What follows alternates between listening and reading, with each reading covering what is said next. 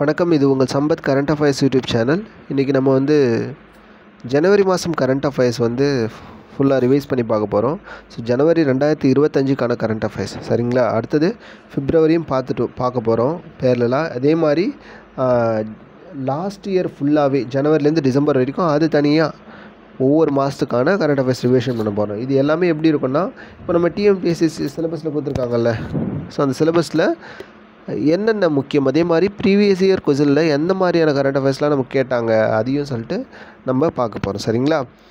Okay, அப்போ இன்றைக்கி பார்க்க போகிறது 2025ஆம் ஆண்டுக்கான ஜனவரி மாதத்துக்கான கரண்ட் அஃபேர்ஸ் ஃபுல்லாக.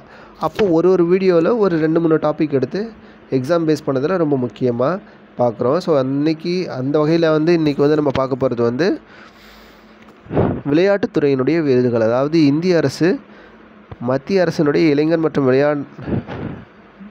விளையாட்டுத்துறை அமைச்சகம் இருக்குங்கள, அவங்க வெளியிட்ட கடந்த 2024ஆம் ஆண்டுக்கான விருது பட்டியலை பற்றி நம்ம பார்க்க போகிறோம். அதாவது விளையாட்டுத்துறையினுடைய விருதுகள், இந்திய அரசினுடைய விளையாட்டுத்துறை விருதுகள். இது 2 ஆண்டுக்கானதுன்னா 2024ஆம் ஆண்டுக்கானது, அதாவது சென்ற ஆண்டுக்கானது சரிங்களா. ஸோ அந்த விருதுகள் பற்றியும் அது யாரெல்லாம் வாங்கியிருக்காங்க அப்படின்னு பார்க்கும். ரொம்ப ரொம்ப ரொம்ப முக்கியமானது சரிங்களா.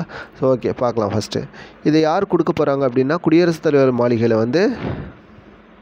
டெல்லியில் இருக்குல்ல குடியரசுத் தலைவர் மாளிகை, இந்த இடத்துல நம்முடைய இந்திய நாட்டினுடைய குடியரசுத் தலைவர் திருமதி திரௌபதி முர்மு அவர்கள் தான் பெரும் மதிப்பிற்கும் மரியாதைக்குரிய திரௌபதி முர்மு அவர்கள் நம்முடைய இந்திய நாட்டினுடைய குடியரசுத் தலைவர் தான். ஜனவரி 17ஆம் தேதி இந்த அவார்ட்ஸ் எல்லாருக்கும் கொடுக்க போகிறாங்க. சரி, அப்போ விருது பட்டியலில் யார் யார் பேர்லாம் இருக்கலாம், எந்தெந்த கேட்டகரியில் இருக்குதுன்னு பார்க்கலாம் சரிங்களா. ஓகே, இப்போ ஃபஸ்ட்டு பார்க்கலாம். இது எதை பேஸ் பண்ணி நம்முடைய தேசிய விளையாட்டு விருதுகள் இந்தியாவில் கொடுக்குறாங்களா, நேஷ்னல் அளவில். ஸோ அது எதை பேஸ் பண்ணி கொடுக்குறாங்கன்னா, விளையாட்டுத்துறையில் சிறந்து விளங்கக்கூடிய நபர்களுக்கும் மற்றும்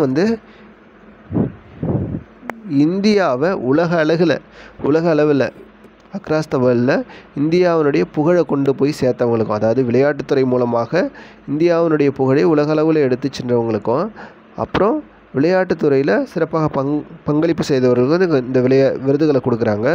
ஸோ அப்புறம் என்ன கொடுக்குறாங்க சரிங்களா. அந்த வகையில் ஃபஸ்ட்டு கடந்த ஆண்டு ஆகஸ்ட் மாதம் 2024 நடந்த பாரிஸ் ஒலிம்பிக் போட்டி நடந்துச்சு. பாரிஸில் ஒலிம்பிக் போட்டி நடந்துச்சு.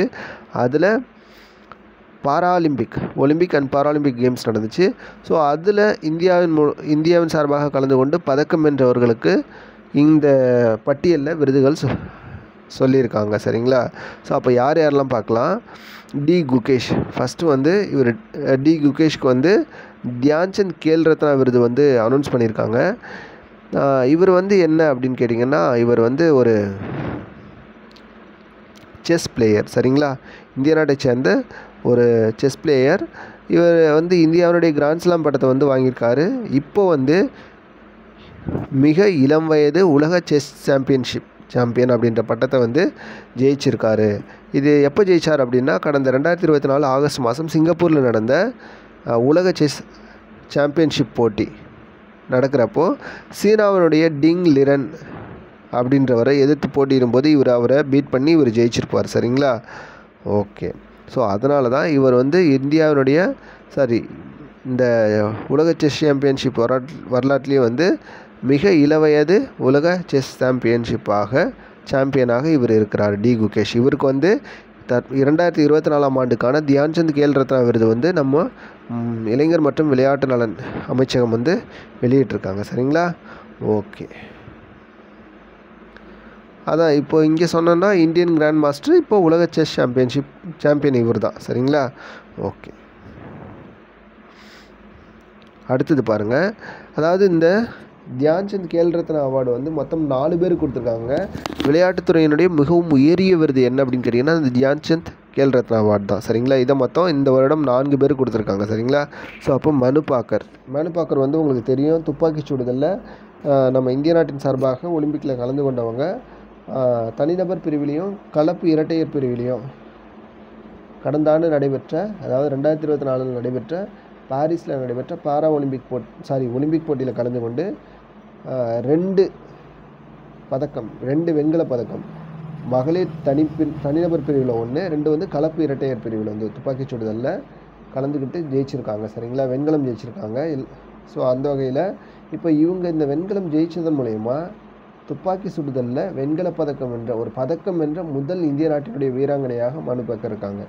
2வது வந்து ஒரே ஒலிம்பிக்கில் 2 பதக்கம் வென்ற முதல் இந்தியாவினுடைய வீராங்கனை அப்படின்ற பெருமையும் இவருக்கு போய் சேருது. சரிங்களா, அப்போது பாரிஸ் ஒலிம்பிக்கில் துப்பாக்கி சுடுதல் போட்டியில் மனு பாக்கர் வந்து வெண்கலப் பதக்கம் வென்றதன் மூலயமா இவங்களுக்கு வந்து தியான்சந்த் கேல் ரத்னா அவார்ட் கொடுக்குறாங்க. சரிங்களா, எந்த ஆண்டுக்கானது? 2024 ஆண்டுக்கானது. சரிங்களா, ஓகே. அடுத்தது ஸோ இது ரொம்ப முக்கியங்க. இப்போ என்னன்னு கேட்டிங்கன்னா டி குகேஷ் ப்ளஸ் வந்து மனு பாக்கர். மனு பாக்கர் வந்து ஹரியானா, இந்தியாவில் இருக்கக்கூடிய ஹரியானா மாநிலத்தை சேர்ந்தவங்க. சரிங்களா, ஓகே. அடுத்தது பார்க்கலாம். அடுத்தது ஹாக்கி. 3வதாக யார் கொடுக்குறாங்க அப்படின்னு சொல்லிட்டிங்கன்னா இந்திய நாட்டினுடைய ஹாக்கி டீம் இருக்குல்ல, ஹாக்கி டீம் அதனுடைய கேப்டன் ஹர்மன்பிரீத் சிங் இருக்காங்கல்ல, அவங்களுக்கு தான் இந்த தியான்சந்த் கேல் ரத்னா அவார்ட் கொடுக்குறாங்க. அதே மாதிரி 2024க்கான தியான்சந்த் கேல் ரத்னா அவார்ட் இந்திய நாட்டினுடைய தலைமை பொறுப்பை வகிக்கக்கூடிய கேப்டன் அவருக்கு தியான்சந்த் கேல் ரத்னா அவார்டு கொடுக்குறாங்க. ஸோ இது எதுக்காகனா, இவருக்கு எதுக்காகனா கடந்த ஆண்டு நடைபெற்ற பாரிஸ் ஒலிம்பிக்கில் வெண்கலப்பதக்கம் இந்திய அணி வெண்கலப்பதக்கம் வந்துச்சு. ஸோ இதன் மூலமாகவும் நம்ம வந்து இவருக்கு வந்து மத்திய அரசு வந்து என்ன செய்கிறாங்க அப்படின்னா இந்திய அரசினுடைய விளையாட்டு நலன் மற்றும் அந்த டிபார்ட்மெண்ட் அந்த துறை வந்து இவங்களுக்கு வந்து தியான்சந்த் கேல் ரத்னா அவார்டு அனௌன்ஸ் பண்ணியிருக்காங்க. சரிங்களா, இப்போ இந்த கேல் ரத்னா அவார்டில் என்ன இருக்கும் அப்படின்னு சொன்னீங்கன்னா ஒரு பதக்கம் இருக்கும், ஒரு பட்டயம் இருக்கும், அது கூட ஒரு 25 லட்ச ரூபாய்க்கான ரொக்க பணம் இருக்கும், கேஷாக இருக்கும். சரிங்களா, ஓகே.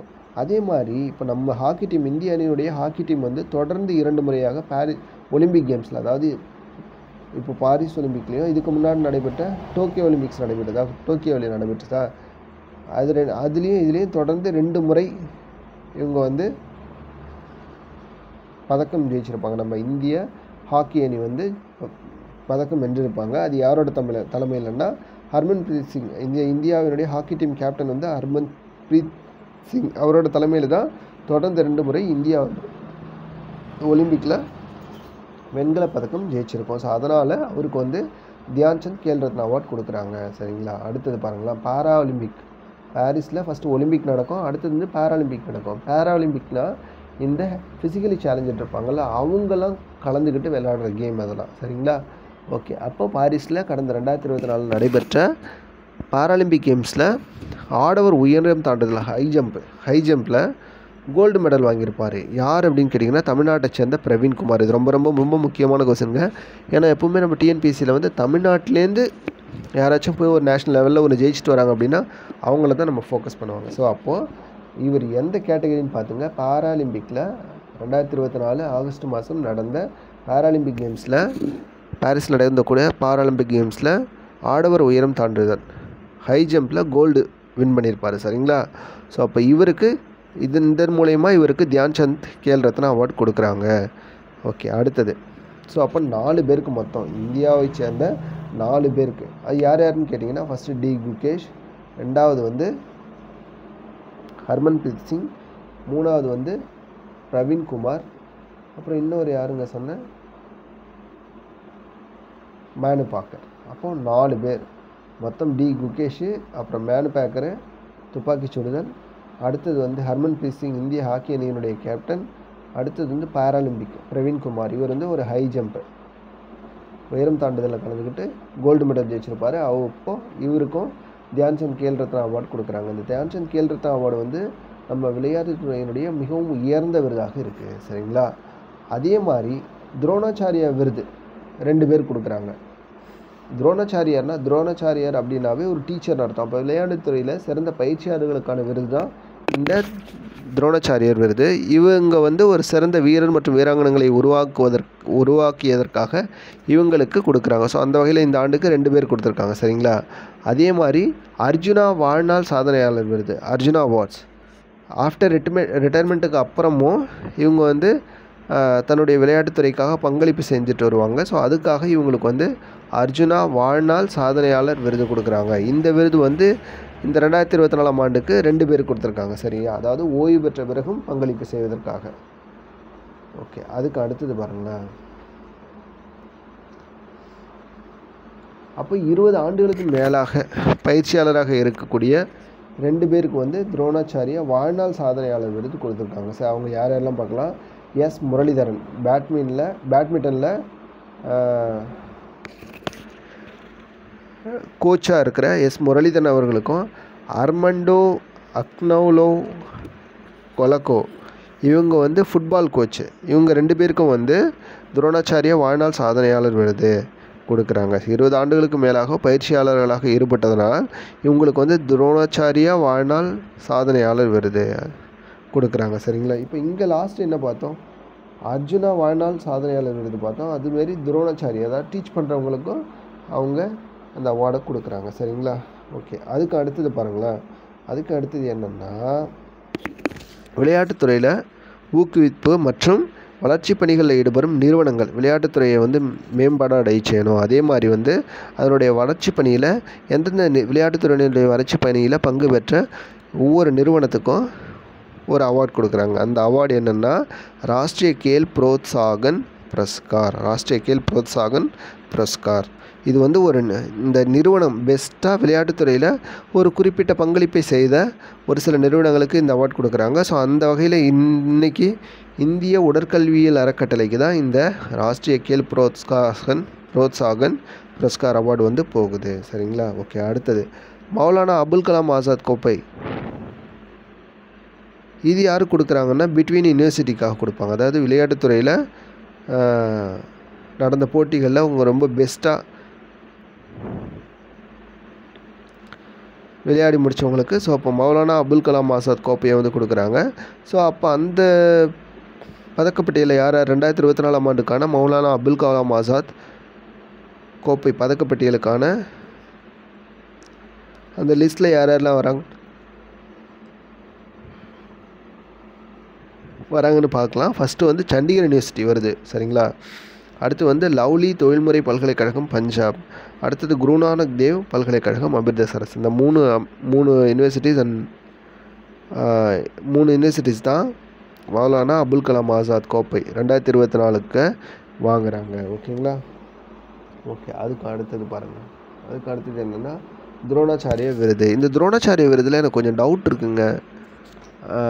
அதை வந்து துரோணாச்சாரியா வாழ்நாள் சாதனையாளர் விருது யார் வாங்கினாங்க, அர்ஜுனா வாழ்நாள் சாதனையாளர், இதெல்லாம் கரெக்ட். ஆனால் துரோணாச்சாரியா வாழ்நாள் சாதனையாளர் விருது யார் வாங்கினாரு, அப்புறம் வெறும் துரோணாச்சாரியார் மட்டும் யார் வாங்கினாங்க அப்படின்னு சொல்லிட்டு சொல்லணும். சரிங்களா, அது நீங்கள் உங்களுக்கு தெரிஞ்சால் கமெண்ட்ஸில் சொல்லுங்கள். சரிங்களா, நான் அதனால் அதை நான் இப்போது சொல்லலை. ஓகேங்களா, ஏன்னா நியூஸ் பேப்பரில் 2 விதமாக இருக்குது, பேர் மாறி இருக்கிற மாதிரி இருக்குது, அதனால தான். ஓகே. அடுத்தது பாருங்களேன், தேசிய விளையாட்டுப் போட்டிகள். நான் ஏற்கனவே தேசிய விளையாட்டு விருது வந்து அதில் மிகவும் உயர்ந்த விருது என்னென்னா தியான்சந்த் கேல் ரத்னா அவார்டு. சரிங்களா, அப்போ தேசிய அளவில் நடக்கக்கூடிய விளையாட்டு போட்டிகளில் தேசிய விளையாட்டு விருது யாருக்கு கொடுப்பாங்க, உலக அளவில் ஏற்கனவே நடந்த, அதாவது ஒலிம்பிக் மாதிரி கேம்ஸில் பங்கு பெற்று நடந்த பெஸ்ட்டாக ப்ரைஸ் வின் பண்ணவங்களுக்கு நமக்கு வந்து தேசிய விளையாட்டு விருதுகள் கொடுப்பாங்க. சரிங்களா, இப்போ இங்கே வந்து தேசிய அளவில் நடக்குது, இந்தியாவுக்குள்ளேயே போட்டி நடக்குது. அதில் தங்கம் வென்றவங்க ஒருத்தவங்க இருக்காங்க. 12வது முறையாக தங்கம் வென்றவரான பவானி தேவி அப்படின்னு சொல்லிட்டு வாள்வீச்சில் ஒரு பெஸ்ட்டு பிளேயராக இருக்காங்க. இவங்க வந்து 12வது முறையாக தங்கம் வின் பண்ணியிருக்காங்க. சரிங்களா, இவங்க வந்து எந்த கேம் அப்படின்னு பார்த்தீங்கன்னா வாள்வீச். ஸோ அதே மாதிரி இப்போ தமிழ்நாடு அளவுலேருந்து போயிட்டு ப்ரைஸ் வின் பண்ணவங்களோட அந்த பேர்லாம் பார்க்கலாம். ஃபஸ்ட்டு தமிழ்நாடு துளசிமதி முருகேசன் பாராலிம்பிக் எந்த கேட்டகரினா தடகளம். அடுத்தது வந்து நித்யஸ்ரீ சுமதி சிவன் பாராலிம்பிக் என்ன விளையாட்டு, என்ன டைப் ஆஃப் கேம்னா பேட்மிண்டன். அடுத்தது மனிஷா ராம்தாஸ் பாராலிம்பிக், இவங்களும் பேட்மிண்டன் தான். அடுத்தது அப்பாஸ் சிங் வந்து ஸ்குவாஷ். என்ன கேம்னு பார்த்தீங்கன்னா ஸ்குவாஷ். அப்போது தமிழ்நாட்டிலேருந்து போனவங்க மொத்தம் 4 பேர், துளசிமதி முருகேசன், நித்யஸ்ரீ சுமதி சிவன், மனிஷா ராம்தாஸ், அடுத்தது அப்பாஸ் சிங் சரிங்களா, இவங்க 4 பேரும். ஸோ இது என்னென்ன கேமோட தொடர்பில் இருக்காங்கன்னு சொல்லிட்டு தெரிஞ்சு வச்சுங்க. ஸோ இது ரொம்ப ரொம்ப முக்கியமானது. அதே மாதிரி இன்றைக்கி ரொம்ப இந்த கிளாஸ் நேஷ்னல்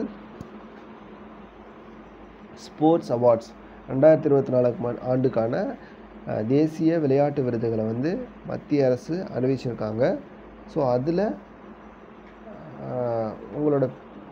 நம்மளோட பதக்கப்பட்டியலில் யாரெல்லாம் வராங்கன்னு பார்ப்போம். இப்போ ஓவராலாக பார்த்தீங்கன்னா தியான்சந்த் கேல் ரத்னா அவார்டுக்கு 4 பேரும், அர்ஜுனா அவார்டுக்கு வந்து மொத்தம் 32 பேரும் இந்த பட்டியலில் இடம்பெற்றிருக்காங்க. ஓகேங்களா. இதுக்கான விருது வழங்கும் விழா வந்து ஜனவரி 17ஆம் தேதி குடியரசு தலைவருடைய மாளிகையில் நடைபெறும். சரிங்களா. ஓகே, இது வந்து ரொம்ப உங்களுக்கு பயனுள்ளதாக இருக்கும். நம்ம இது வந்துங்க நியூஸ் பேப்பர் பேஸ் பண்ணது. ஒவ்வொரு நாளைக்கு இப்போ ஜனவரி மாதம் ஃபுல்லாகவே எத்தனை நியூஸ் பேப்பரில் ஒவ்வொரு தேதி வயசாக என்னென்ன நியூஸ்லாம் வந்திருக்கு அப்படின்னு சொல்லிட்டு எடுத்து போடுறது தான் இது. ஸோ ரொம்ப பயனுள்ளதாக இருக்கும். நீங்கள் வேணால் செக் பண்ணிக்கங்க. இது வந்து ஜனவரி 3ஆம் தேதிக்கான நியூஸ் பேப்பருடைய நியூஸு. தினமணி இல்லை இந்து தமிழ் ஏதாவது இருந்துச்சுன்னா நீங்கள் எடுத்து செக் பண்ணி பாருங்கள், எல்லாம் கரெக்டாக இருக்கும். சரிங்களா. அதே மாதிரி சரி, எல்லாருக்கும் நன்றி. ரொம்ப ஃபாலோ பண்ணிட்டு வரவங்களுக்கு எல்லாருக்குமே. நிறைய பேர் கரண்ட் அஃபேர்ஸ் வந்து தேவை அப்படின்னு கேட்டிருந்தாங்க. ஸோ கரண்ட் அஃபேர்ஸ் வந்து இன்கேஸ் யாராவது உங்கள் ஃப்ரெண்ட்ஸ் சர்க்கிள் யாராவது தேவைப்படுச்சுன்னா நம்மளோட வீடியோ வந்து ஷேர் பண்ணுங்கள். ஓகேங்களா. நன்றி, பாய், டேக் கேர்.